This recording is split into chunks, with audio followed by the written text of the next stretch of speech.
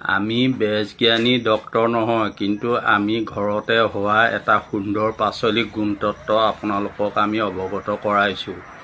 এই পাচলিবিধ দেখা পাইছেনে? এই পাচলিবিধ হ'ল ভীমকলৰ ডিল।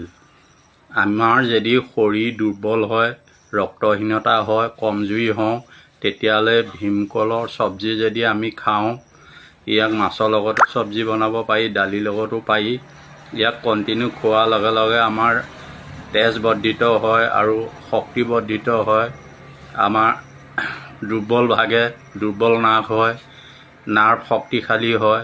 গতিকে এইখিনি গুণতত্ত্ব এই কলা ডিলত থাকে। সেই হেতুকে আমি আপোনালোকৰ লগত ভিডিঅ'ৰ দ্বাৰা অৱগত কৰাইছোঁ। যিসকল লোকে এনেকুৱা ভুক্তভোগী হৈ আছে, স্বাস্থ্য কমজুৰি হৈ আছে, দুৰ্বল হৈ আছে, দুৰ্বল নাশৰ কাৰণে এই ভীমকলৰ ডিল যদি নিয়মিত খোৱা হয়, তেতিয়াহ'লে তাৰ পৰা উপক্ৰম পায়। গতিকে আপোনালোকে ভিডিঅ'টো ভাল পালে লাইক কৰিব, কমেণ্ট কৰিব আৰু শ্বেয়াৰ কৰি দিব। কোনোবা ভুক্তভোগী থাকিলে উপকৃত হ'ব। আমি মনুষ্য উপকাৰৰ কথা সদায় চিন্তা কৰিব লাগে।